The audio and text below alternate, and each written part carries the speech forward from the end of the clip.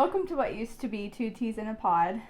We had decided to do something a little bit different, and we're going to actually, the states that we talk about, we're going to choose something that's like food related, and we're going to cook it for you all. And try it.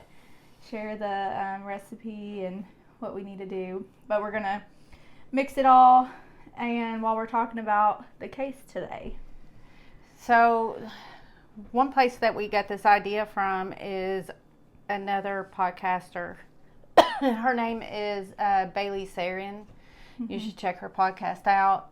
It's Murder, Mystery, Makeup, and she does it on Mondays, which she is applying her makeup and everything while she talks about a case. So very interesting. Mm-hmm. Yeah. So we're going to do something different. We're going to be cooking, and then we'll have the recipe in the description. So yeah, and then we'll let you know at the end of the show. We'll try it and give our opinion on it. Yeah. So what state are we doing? We're doing Massachusetts. And what's on the menu? On the menu is a Boston cream pie. Woo! Yum! So Boston cream pie, little detail. It's not actually pie; it's a cake. Back in the old days, they didn't have cake pans, so they used pie pans to fix it. But it's actually a cake. But it's Boston cream pie. And last night, I went ahead and cooked the cake portion of it. See, it looks really good. Yum! Yeah. So the cake portions are done. And then we're going to be making the cream filling, and then we're going to make the chocolate sauce on top. Yeah. So now you know what we're cooking. We're gonna go ahead and get started mixing the ingredients. While we do that, we're gonna talk about our case today. Mm-hmm. Our case is about Lizzie Borden from Massachusetts. I'm sure a lot of you have probably heard about her. I haven't, but that's just me. They have this old, was it a kid's?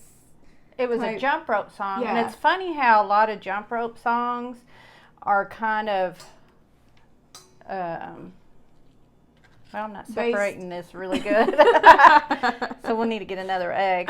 But anyways, jump rope songs are, back in the olden days were based on, mm-hmm. Like scary stuff. Like the Ring Around the Rosies was about a plague. Yeah. But anyways, there was a jump rope song that was... Lizzie Borden took Ganache, gave her mother 40 whacks. When she saw what she had done, gave her father 41. Which, I mean, it does have some inconsistencies just because not that many whacks. And, Right. And it wasn't her actual mother and that kind of thing. But anyways, I guess we'll go around. I guess we'll do a little backstory on the family. Andrew Borden, when he was young, his family was the founders of Fall River, Massachusetts. And the only thing is that part of the family, they knew how to keep up with their money. They knew what to do and everything. Right. So they kind of got more, or they were more rich. They were more wealthy. But Andrew's father wasn't quite that way. Well, Andrew decided, hey, I'm going to make a change. He started working at a carpentry business. So he was making caskets, and he was, trying to save up his money and everything, trying to make a name for himself. And then he got into real estate, and he ended up being like in the banking business. Mm-hmm. And I think he was like the general manager of a bank and everything. So he really made a name for himself. Mm-hmm. Okay, so Andrew and Sarah got married on Christmas Day in 1846. They had 3 children.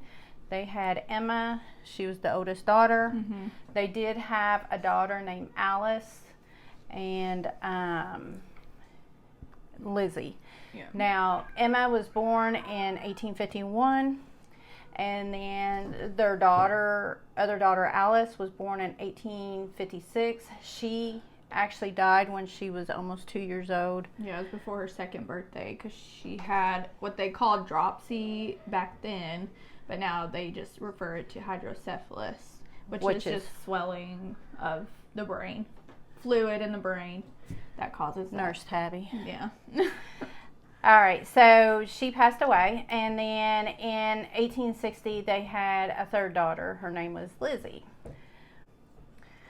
So when Lizzie was about 2 years old, Sarah actually passed away due to a condition called uterine congestion. Was actually that. I'm not sure, but I would just say like just buildup of stuff in her uterine walls or uterus. So then she actually passed away.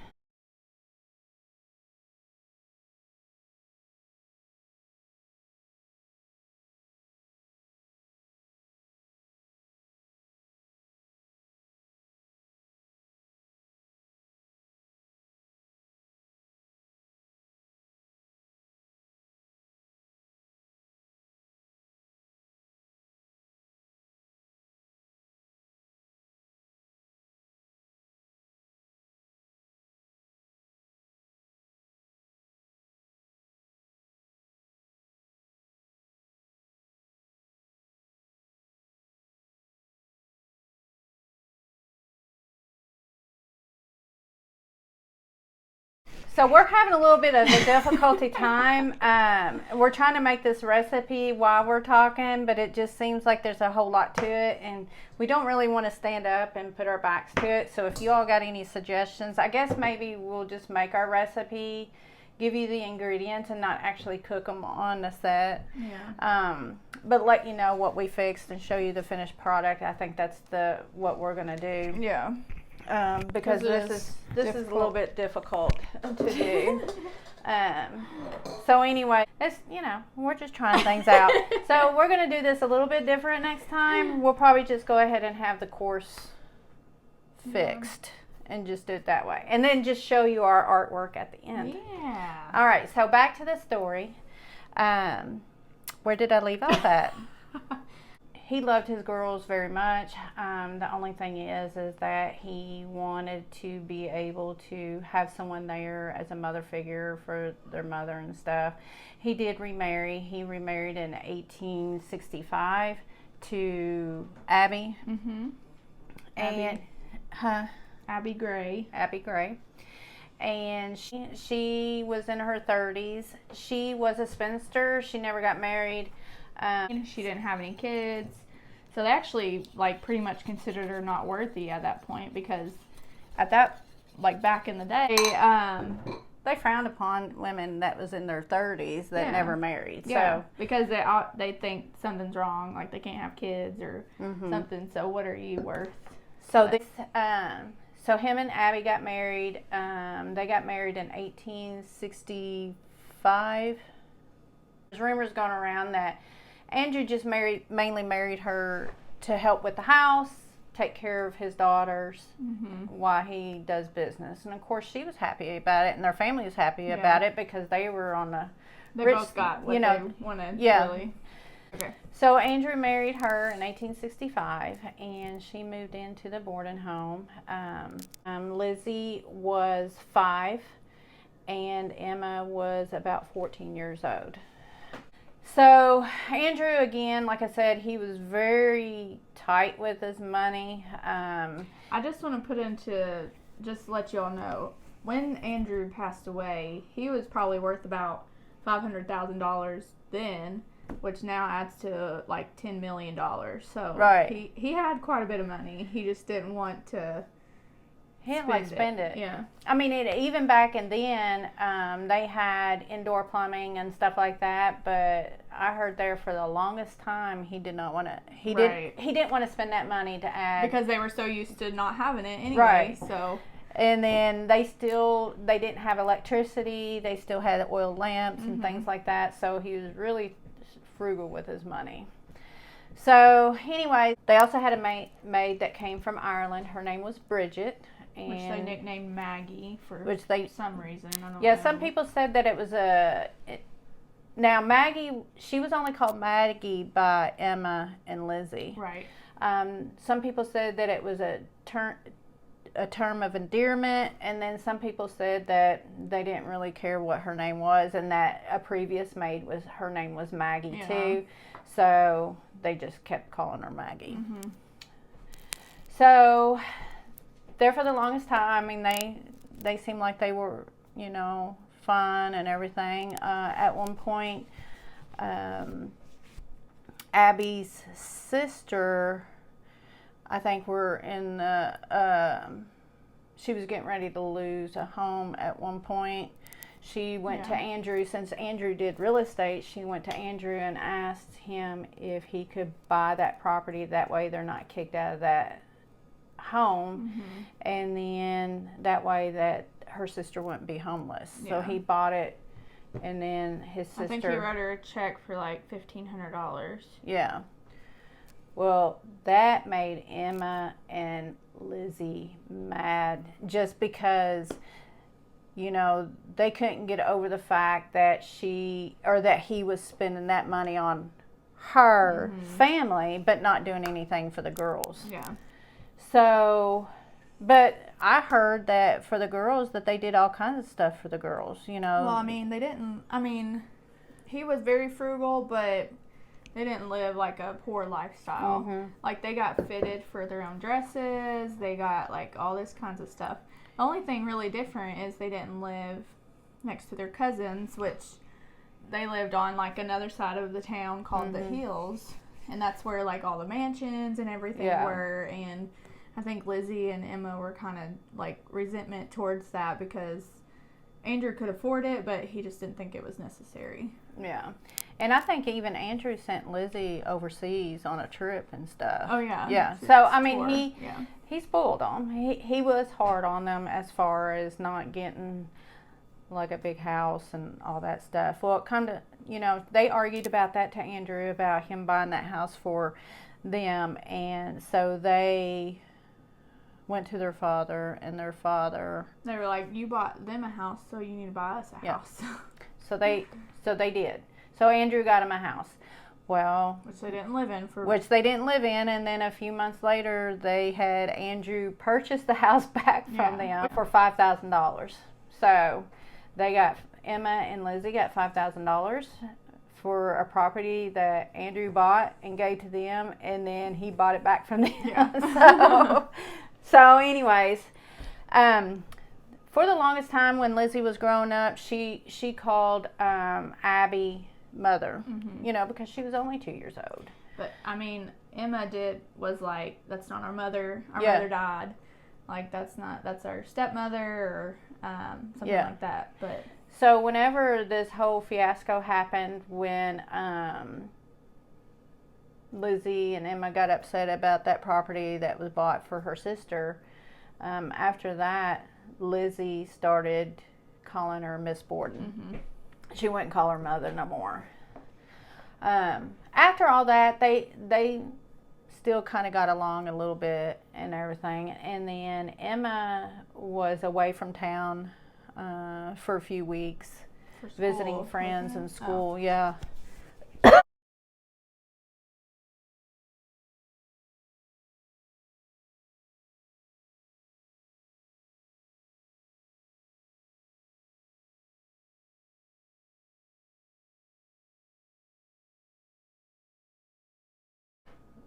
Lizzie Borden's uncle, John Morse, came to visit the family. He was the brother of Andrew's first wife. So he came by to visit the family, which he typically didn't really come all the time. So it's odd that he just come during that time. Yeah, and he didn't have any luggage or nothing. Right. But he did stay for a few days there.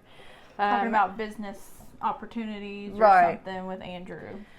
So after a day or so that they were there, they all ended up getting kind of like a stomach bug. They all started getting sick, vomiting, and even Abby Borden went to the doctor and lived across the street and said that she's afraid she's been poisoned.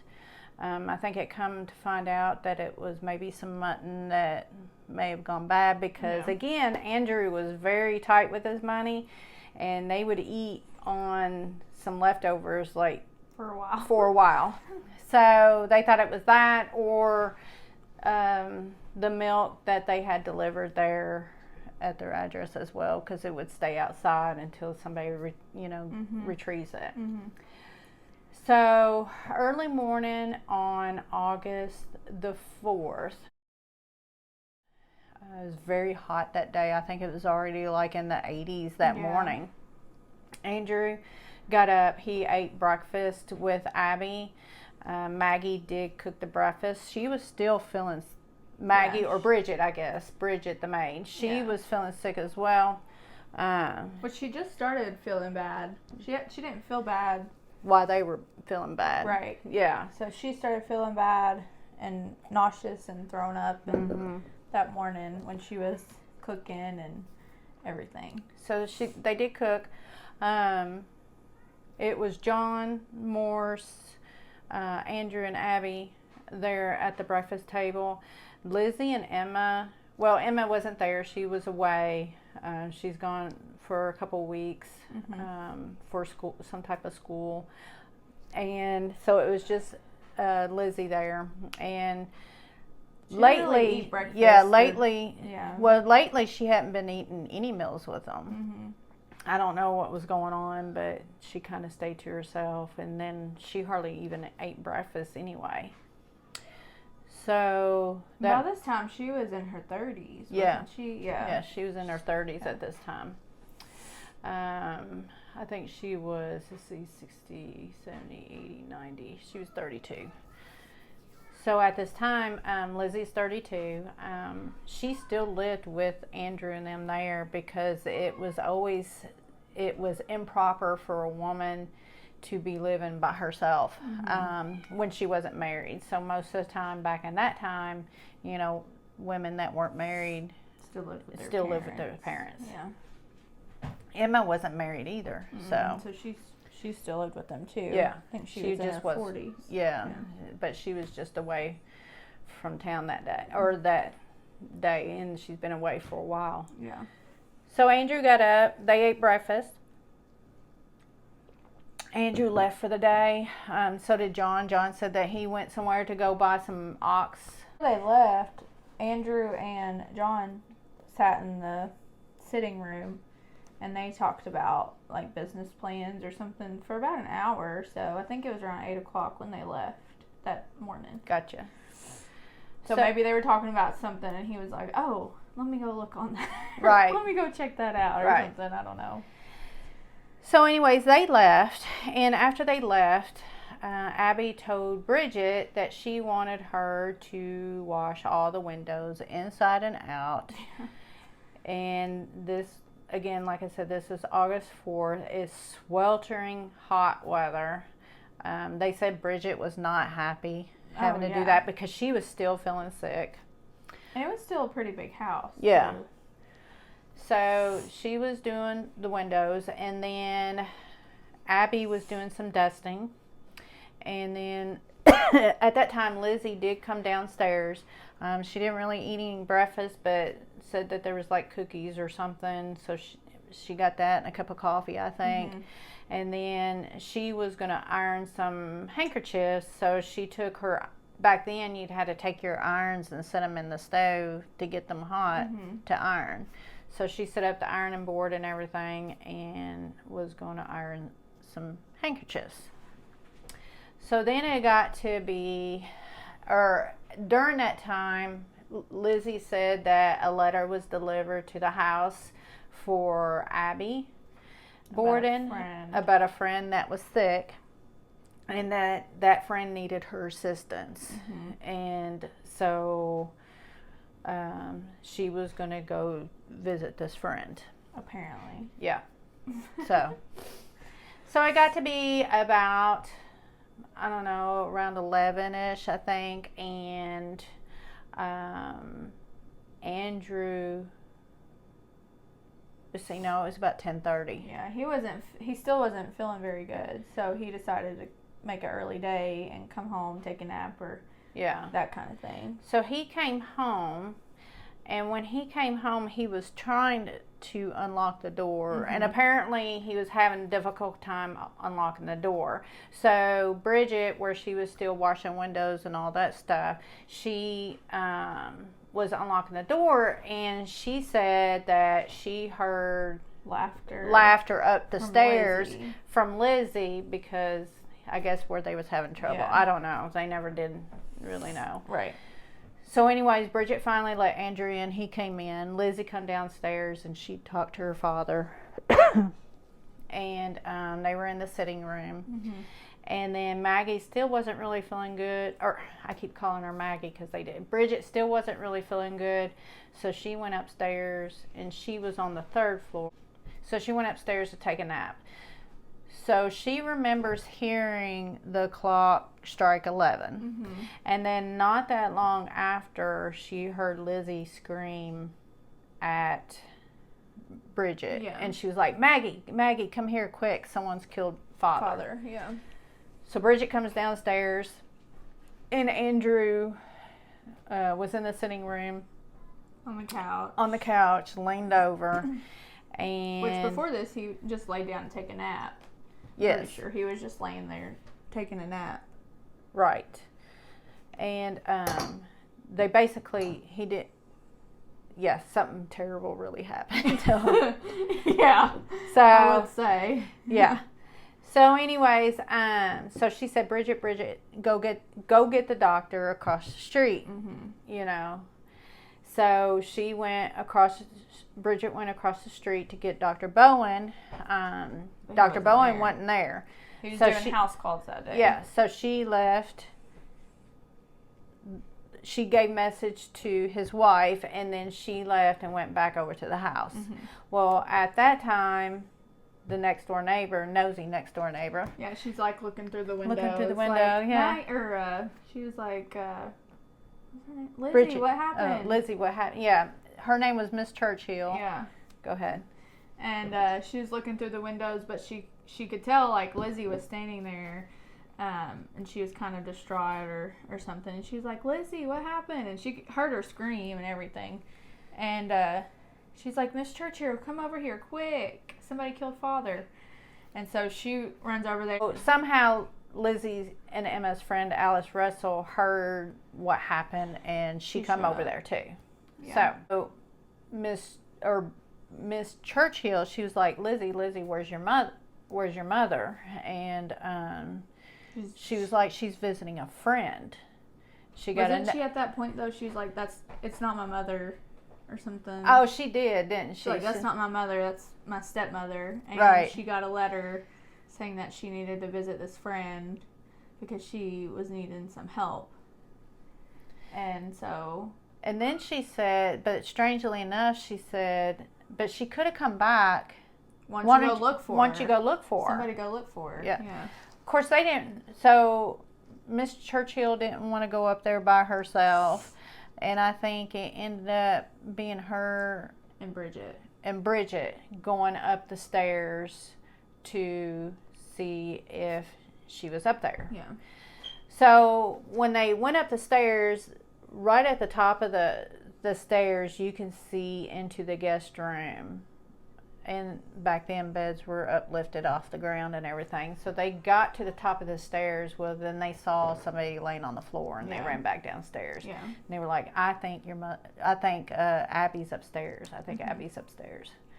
So at that time, the doctor got the message and came over there to their house, and she was like, someone come and killed father. So he goes in there and sees Andrew, and I mean, you couldn't tell his face. I mean, they said that he had at least 10 or 11 hits to the face. And like his eye was cut in half, and I mean, it was just very brutal. You wouldn't have even known it was him if. Right. You know. So he tells Miss Churchill and Bridget to go get a sheet to drape over Andrew's body. Before they draped him, he noticed that that Andrew's blood was still red, and that he was still warm to the touch, like it just happened not too long ago. So he goes upstairs where Bridget and Miss Churchill saw another body, and he goes in there and he verifies that that was Abby, and she was laying face down on the floor, and it looked like she got attacked from behind.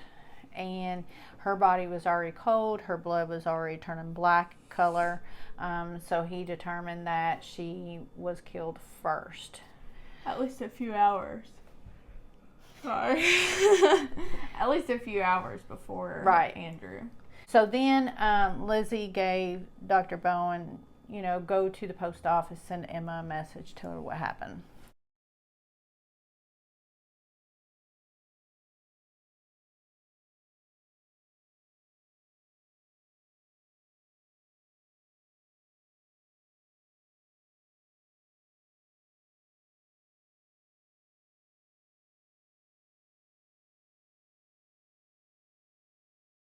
So you had the doctor there, before even the police was there. You had the doctor there, you had Miss Churchill, you had the maid, you had Alice. So they're all there. Well, then the police show up. And Lizzie, of course. Yeah. And Lizzie. We're talking about something. So, as you can see, we got an extra guest here. But anyways, say hi. So anyways, the police got there and they started interviewing everybody, and they were asking where Lizzie was at that time. She said that she went to the barn to look for lead for a fishing trip that she's going to have with her friends. So she said that when she walked outside, that she gathered a couple of pears and went into the barn and was in there for probably about 15-20 minutes. Now she ate her pears in the barn. Right. In the 100-degree. Right. And barn. Some people are saying, yeah, she's not going to be up there for 15-20 minutes looking for stuff. But, I mean, you never know. Yeah. Depends on how messy and... Right. Whatever. So then, after that, they interviewed... Mommy, can I taste this food? No, not right now. When I'm finished. Listen. So then they asked Bridget what happened. Bridget said that she was upstairs taking a nap, and about 11 o'clock she heard the time, the church bell, or the church signal. Clock tower strike 11. So she said that's, and about 5 minutes later, that's when Lizzie yelled at her. So that's basically about it. The cops actually went upstairs. They looked around. The coroner came there. So they actually put the bodies on a dining room table and was actually doing some autopsies and stuff right there on the dining room table. Yeah. Which, yeah, that was weird. Actually searched around the house and didn't really find anything. They did go down the cellar and found a hatchet, but it didn't look like it was used. But then they found another one that had the handle that was broken off the hatchet. Before that, Lizzie was like, "Don't mind that bowl down there." Yeah, there's a bowl with blood washcloths. Bloody washcloths. It's my time of the month or something. So they didn't even check in that. They were like, "No, we're not going to go down there. We're not going to look at that." Yeah. Because you know how a lot of times men are just like, "Ooh, don't talk about that."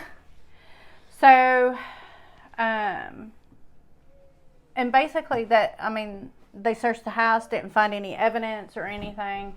So after a few days, they said the only suspect it could be is Lizzie. That's the only person. Which there was John. Lizzie and Bridget were in the house.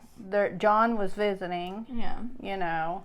So you just don't know. Decided, okay, Lizzie's the one that's, Yeah. Lizzie, we're gonna try Lizzie. So they did what they call an inquest. I'm not really for sure the exact name. So they went in front of the judge to see if they had enough evidence, and they interviewed witnesses and stuff like that to see if they had enough enough evidence to put Lizzie on trial. Mm-hmm. So they actually arrest Lizzie. They actually for the murder, yeah. For the murders. They actually arrest her, and then she was actually in jail for like a year, I think, before the trial even began. So, well, because, sorry. No, you're fine. The trial, she was in jail for about a year because they died in 1892, and then the trial began in June of 1893. Yeah. So, I mean, she pretty much stuck to her story. I mean, she said that of course, they tried to trip her up during the trial, because I read part of the trial transcripts, and there was some that said, you know, what were you doing right before? And they said, well, we were, I was ironing handkerchiefs. Mm-hmm. And then she said, no, I was in the kitchen reading a magazine. And then she talked about how she went upstairs and did something upstairs, like put a ribbon on a dress or something like that. So there was a whole lot of things that they asked her to try to trip her up, and she would say the same thing over and over again.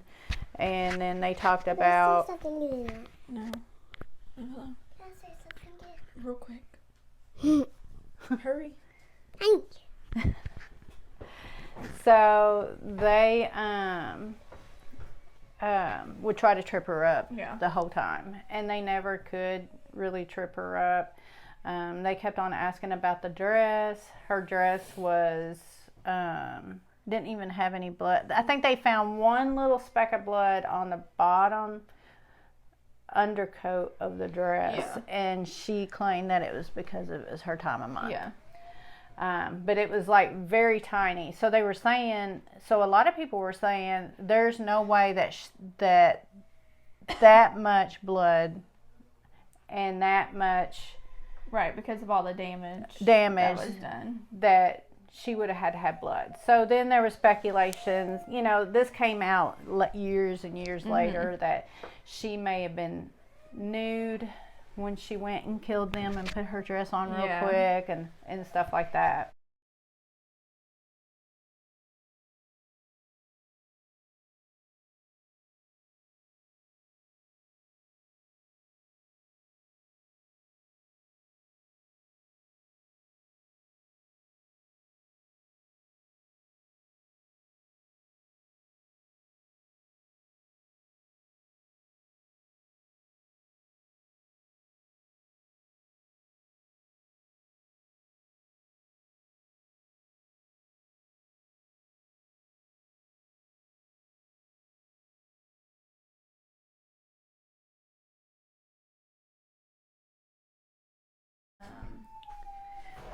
So yes, they thought that maybe she could have been nude whenever. They also, there was one theory that she put on her dad's coat and did it, and then put it, but like, I don't know. So anyway, they go through the trial and everything. Well, during the trial, the 12 juries, which were made up of all men, found her not guilty. Mm-hmm. They said they couldn't fathom that a woman could do that much damage. Right. So she was found not guilty. Look at our finished project. Boston cream pie. It's kind of lopsided, but we're going to try it here in a little bit. So anyways, she ended up inheriting, her and Emma inherited all the money, which is about, like Tabby said earlier today, about $10 million now, and to how much he was worth back then. So they finally bought them a house on the hill. Yeah. So they bought a house on the hill, and her and Emma lived there. Well, apparently her and Emma got into an argument. So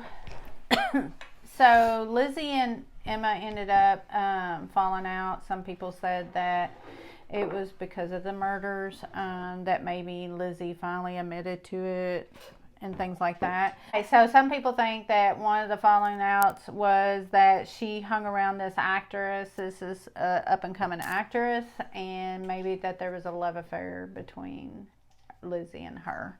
So, and then Emma was totally against it and stuff. So on June 1st, 1927, Lizzie passed away by herself at her home with pneumonia. She at her funeral. Apparently they said that nobody was at her funeral, and actually 10 days later, her sister Emma passed away. I can't remember what she passed away from. I can't remember either. Yeah, but anyways, some type of complications on something, I can't remember, but she ended up passing away 10 days later. So to this day, you know, a lot of people think that Lizzie Borden was the one that committed the murders. I don't know, I kind of question it a little bit. Yeah, I do too. There's a bunch of different people that I think that it could be, not just her. Yeah, whenever they say that she could be the only suspect, I mean, Bridget was in the home. I did hear that Bridget on her deathbed said that she helped, like, cover up the murders. Oh, did you? Yeah. So yeah, they say that there was, you know, several different suspects. I mean, that they did say, you know, that she could be the only suspect, but there was just so many people out there. They had the uncle John Morse. He actually left for the day and didn't come back until later once he, I guess, heard news and stuff about what happened.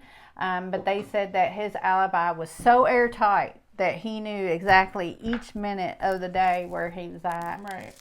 There was no way that he could have done it, but then people were saying his alibi was too tight. Yeah. It was just too much. Yeah, so too calculated. And yeah. So and then just wondering because he wasn't going to get a whole lot. They actually talked about that Andrew had an illegitimate son, and that he actually worked as a hog butcher and knew how to butcher hogs without getting blood on them. Yeah. So they're thinking that, you know, where Andrew was not changing the will upon his death, that was not going to include the illegitimate son, that, you know, maybe he could have caused the murders. Yeah. Of course, Lizzie, you know, Lizzie and her sister, they had motive, they had money, you know, coming in. They said Bridget could have been a suspect because Abby was making her wash the windows with it being 100 degrees and outside. Her not hearing anything. Yeah, and her being upstairs. 100 degrees outside. Huh? The windows outside? 100 degrees. Oh, 100 degrees. Yeah. And with her laying in her bed, not hearing anything, when they said, like, in her room you could hear, like, doors opening and closing and footsteps and that kind of thing. So who would not have heard, you know, Abby was a good-sized woman, would not have heard her falling. Or a lot of people still think that it was Lizzie that did it. So what's your opinion? This whole menu thing, let me tell you, was hard. We're definitely going to do it different next time. Next time, what we're going to do is we're probably just going to fix it and display the finished product at the end, and just fix it ahead of time, because trying to do it during this video was very difficult. It was. But I do like the idea of having something from whatever state we're going to do to make something. So I do kind of like that idea. Yep. So we're going to finish it up. First things first, we're going to draw another state. Ooh.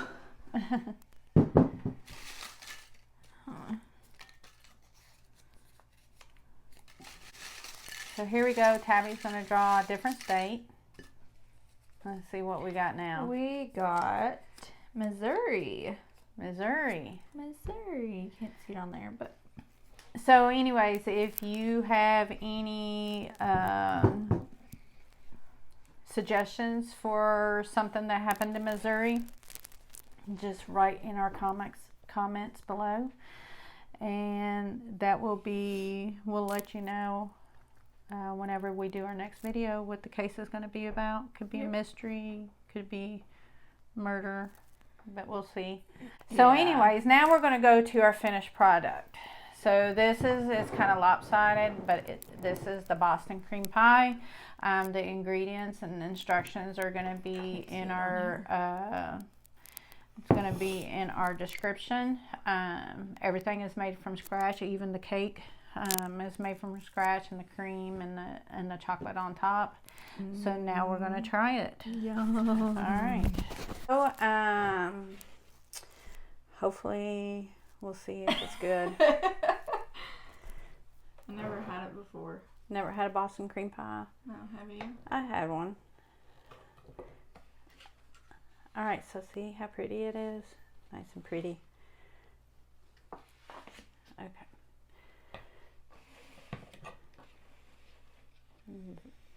Looks very rich. Yeah, it does. Okay. All right, bon appetit. Yum. Yep. Can't see it. You gotta make sure you get some of that pudding and all that in there. So, all right. Ready? No.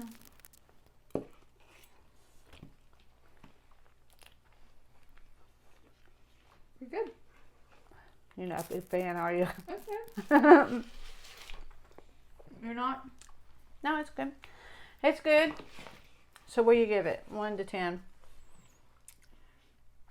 Probably 7. 7. Not your favorite dessert. Favorite, but it's not bad. Yeah.